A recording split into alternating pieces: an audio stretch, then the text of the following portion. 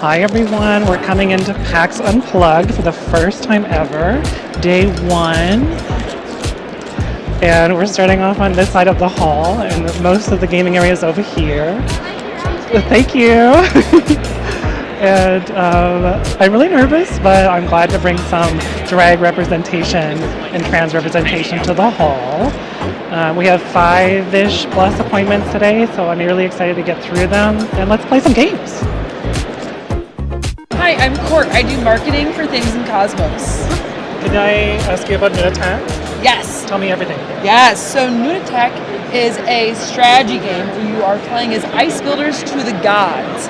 You are each trying to individually be the best builder by taking cards that let you then play on the same color as the cards you took. So you're getting a lot of immediate points. And at the end of the game, all those cards, you were actually set collecting the whole time. So it's a big balance of like, what do I want now and what do I need to plan for later? Or you're just going to stop me at the end. So, yeah. And you build like a little ice pyramid. Yeah, it's like this big and this wide at the end. And it just has a giant table presence. It's really one of its big strengths. Yeah. And everybody has like a different color of like ice cube. Yes. So. Everyone has their own little clicky-clacky cubes. Yeah. So. How do the points like differ or accumulate? Yeah.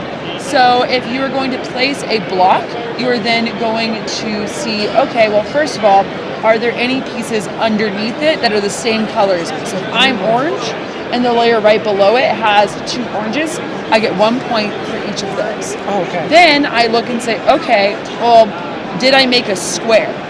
If you did, great, that's what you want. So you're then going to see who has the most area control. If you have the most, you're going to get 5 points. If you have the second most, you're going to get 2. If there's a tie, they each split 1, or it breaks on the person whose turn it is. So it's very fun. It's like thinky but quick, and I feel like it's a good intro game. Yeah. Where people are like, okay, I played like a Ticket to Ride, but it's just a tiny bit harder. That's like a little bit harder. Yeah. And it's visible. Yes, it's definitely visible. Yeah. It's definitely like, I feel like most of the time if you're going to be playing a game where you're building something, it's like a pretty simple children's game.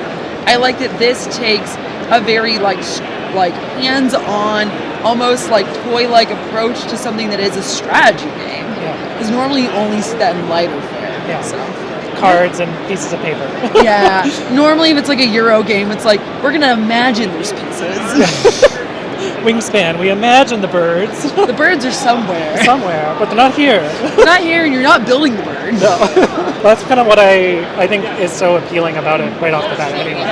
But another like physical game was Dodo. Yeah, talking about building a bird. Yeah. So with Dodo, this is a cooperative children's game.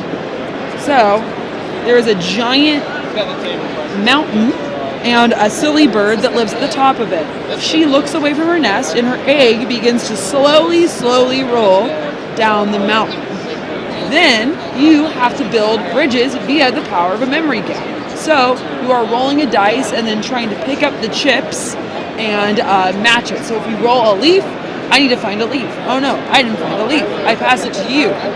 You roll a wood. I just had wood. I say, oh my gosh, the wood was there, and then you were able to take it and build the bridge. Right. Yeah. And so you want to keep doing that to build all the bridges and the boat so the egg does not fall off the side of the mountain. So, and I heard there's like a mechanism inside. It's like a gelatinous ball inside the ball. Who's to say? But it is. Who's to know? Yes, there's but a real it is dodo. unevenly. Yeah, there's a real baby bird in there. That's why they're. No, that's a joke. But yeah, so it is like unevenly weighted, and that is how it like moves really slow then really fast, and then really slow. It's like the slowest race you'll ever participate in. Yeah. It's sneaky. That sounds like fun to like watch. Because then you're gonna, whoa! Yeah, I feel like it's great with kids, or it's great as like kind of like we're like sitting around and like hanging out game for adults and turning our brains off. Yeah. So Hotheads. I can either endorse or deny. Yeah, but I can. This is our brand new series, Masters of Crime. Masters of Crime is an immersive mystery game. So if you're familiar with our game Exit, this is kind of like a sister brand, different designers, of course, same publisher. So in these, we're going to be playing as one specific person as a group. So if we're playing together, we're operating the same person who's making choices. Okay. And there are choices to be made, kind of choose your own adventure style. Yeah. So you might be like, do I want to, in the Mafia one, it's like, do I want to threaten this person with breaking their kneecaps? Do I want to ask them nicely? Do I want to use the blackmail I have on them? And depending on which option you pick, you're going to get a different path to go down. But you're always going to hit these big immersive puzzles. And you are in all of these playing as a criminal or morally gray character. So then in these big puzzles, you're going to be doing things like emailing a character, getting an email back, like looking at different evidence that you've collected and matching them together, and going on Google Maps and triangulating a real location, stuff like that. It's different in every single game. In Shadows, you are a art thief planning your heist to steal a painting in Amsterdam. So that's probably the most like unique one. Just like style-wise, there is no murder. It's just like planning and executing a crime. I would say it's also, these are 16 plus. I would say this is the mildest of them. The most explicit content is there is a mention of a condom and a mention of these two characters having slept together in the past. And like go to a drag club, but it just talks about like queens are strutting and that's it. So that's super non-explicit. So it's really just like the singular mention of a condom. Other than that, pretty low key on the content. And of course, I think there's a certain amount of maturity that you need to play as a character who gets rewarded for doing bad, evil things. Yeah. So, but there's kind of like a real world interactive aspect in that, like the emails and the Google and and like going to websites. Yeah, which I think is fun. I love when like video games do that, or like whatever. It's very ARG. Yeah. It's like takes a lot of different things that have worked well for like video games and board games and kind of mashes them together in a way that I find very satisfying. So you do need to use the web, but you don't need to like have an app, and like you can do it on your phone. Yeah. I've seen people do it. Does that make it possible to play like online? Yeah, for sure. I would say as long as you had somebody who was like showing you the components. So I would say whenever people are like, can I play it with somebody online? It's like we would suggest that you each buy a copy and then talk about it and kind of just try to stay on the same stuff together. That tends to work the best for that. Yeah. So I just think that's really interesting because like, I'm an obviously digital person. I'm always looking for like board games that you could potentially play or like the concept or whatever could be played online.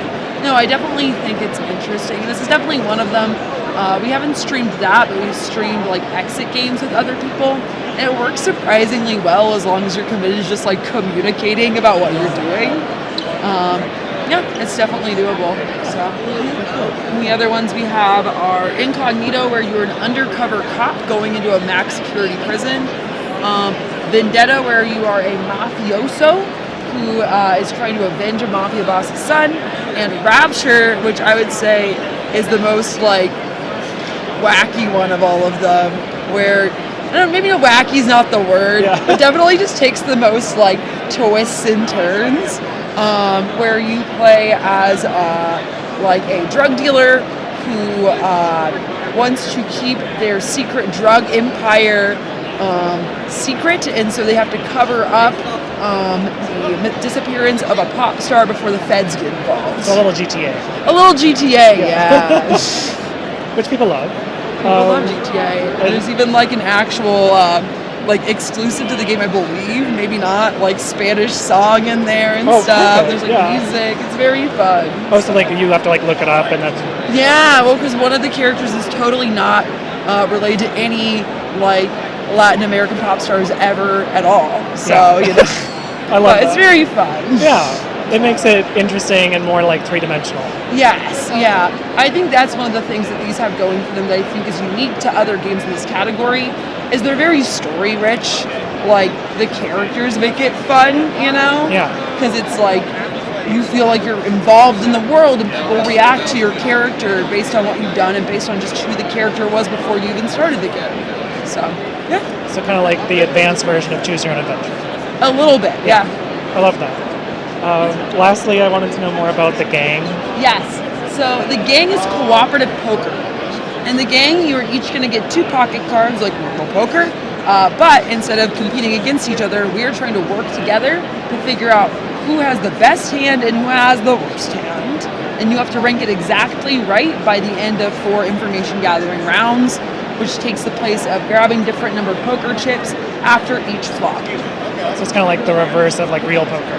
Yes. Yeah. Yeah, people like to say it's kind of like the crew meets the mind if you've played either of those games. So. I don't think so. I might have. Somebody will know what I meant. Yeah, they'll know. Right? But yeah, so that's it. And there are also specialist and challenge cards that you can use to make the game a little bit easier or a little bit harder. Thank you so much. Thank you.